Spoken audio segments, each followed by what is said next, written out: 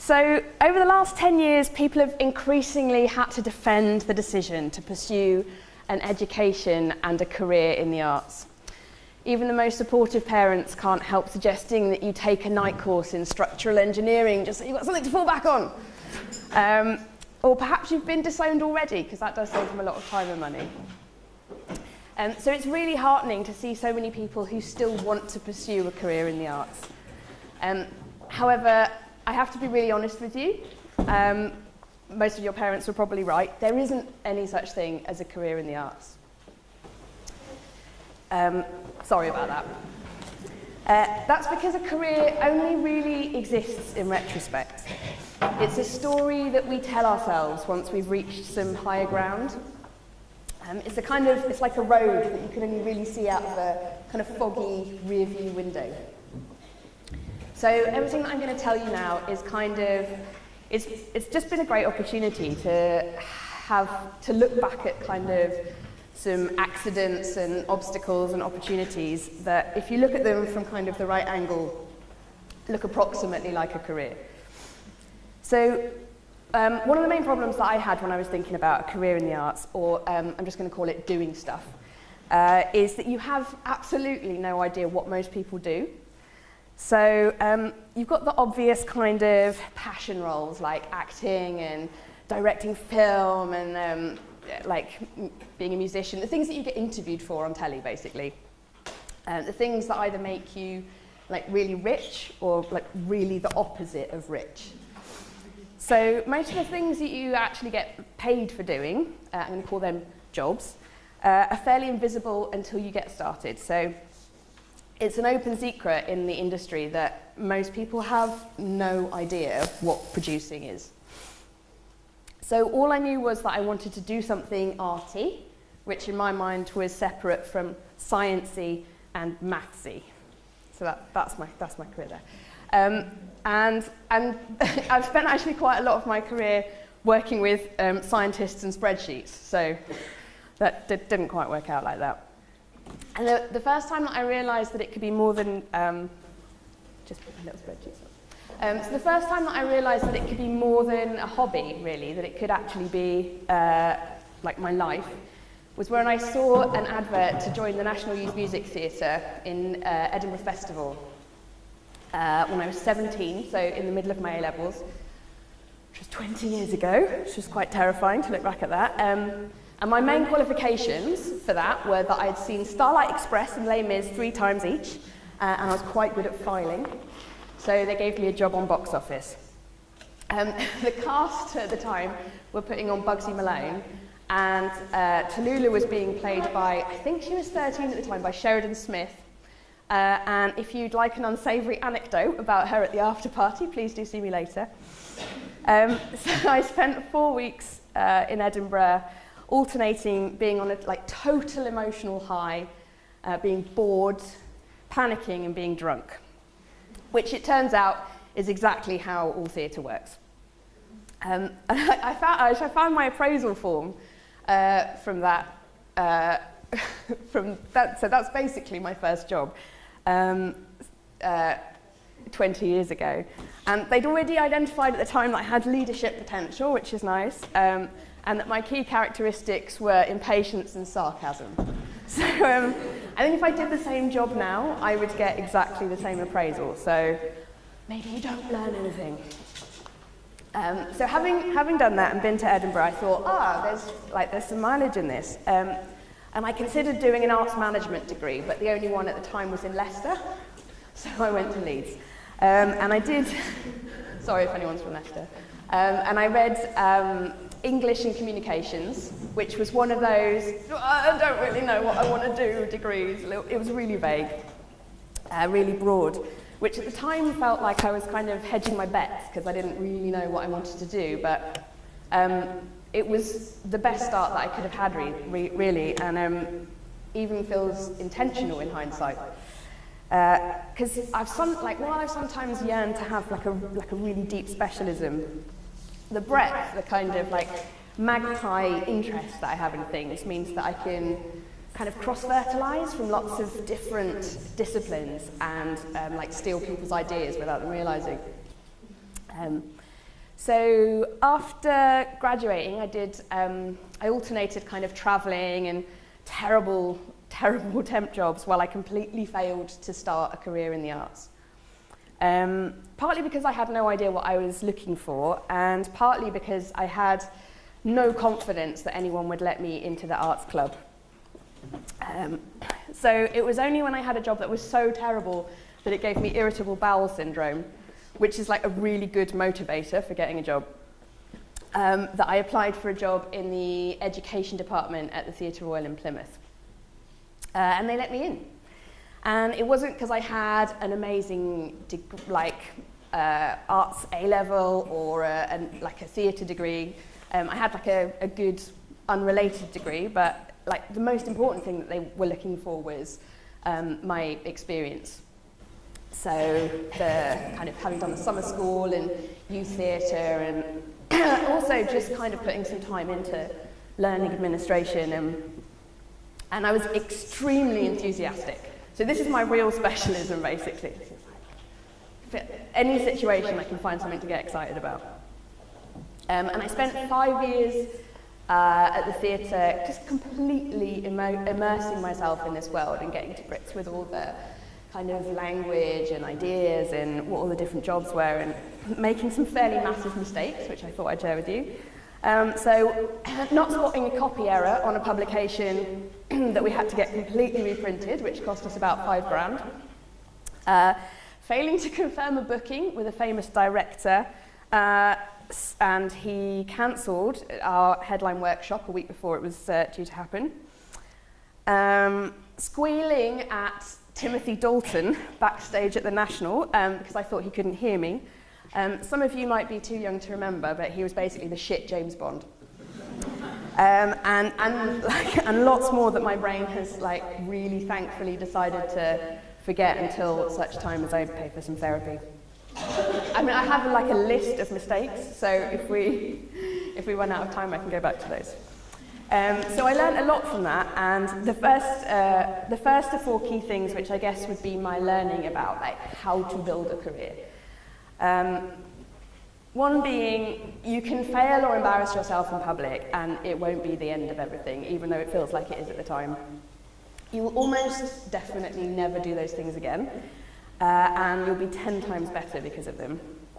I still have to remind myself of this, because every time I make a mistake now, the stakes are higher. But if you have the right people around you, and they'll encourage you to take risks, and they'll be there for you when you make them as well, which takes me on to it's not just about you. If you want to work in the arts particularly, how well you do is as much about the people around you. And I can really point to each of the key people in my career who've been brilliant, generous people, inspiring people who've given me values and opportunities that I've said yes to. So find your mentor, grow your family, and then there'll come a time when you're the person that passes that on.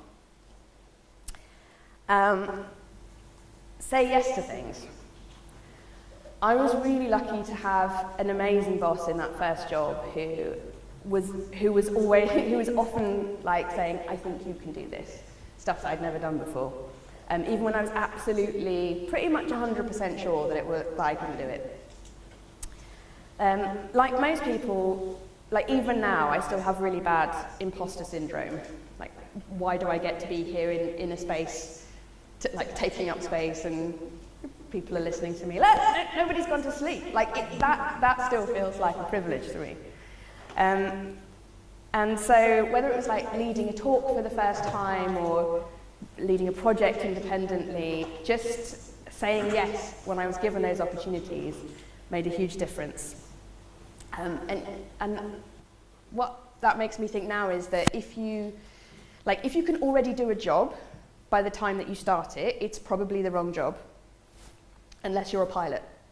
Really don't make that shit up. The advanced class then is learning to say no to stuff, and I'm still working on that.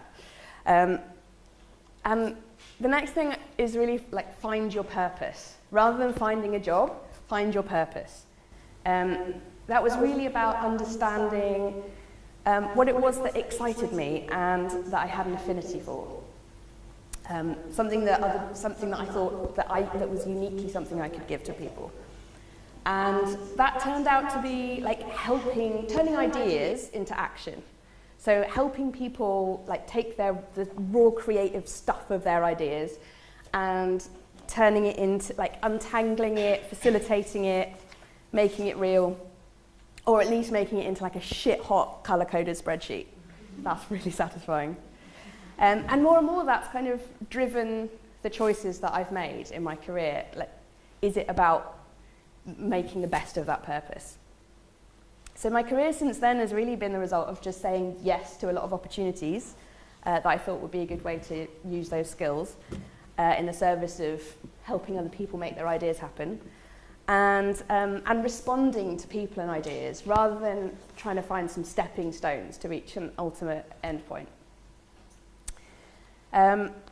It took me a really long time to find a name for all of that stuff, for that identity, which eventually became a producer, because it's a great catch-all term. And when I finally did that, that's when I went back to university. So that's when I came here to do my performance research MA, which opened my eyes to loads of new ways of thinking about theatre. It helped with that imposter syndrome a bit. It gave me some confidence in terms of current thinking and that I had ideas that would be useful to contribute. And it absolutely confirmed my suspicion that I'm better backstage than on stage. I had to do some actual acting and it was terrible. I should say at this point that when I was invited, one of the things that it was suggested that we talk about was networking and contacts, and that even the word networking makes me feel a bit sick. So, like, this is how I feel about networking. Even seeing the word makes me go, oh God, I don't want to do that. Because I thought networking was like you walk into a room, like you own it, and then you tell other people how great you are. And I do actually see people doing that. But there's no point collecting business cards for the sake of it. If you can go into a room and think about like why you want to talk to other people, why you want to connect, what's missing, what is the like unique collaboration that you might be able to make together. And then if you can come away with like one really good relationship, that's what networking is.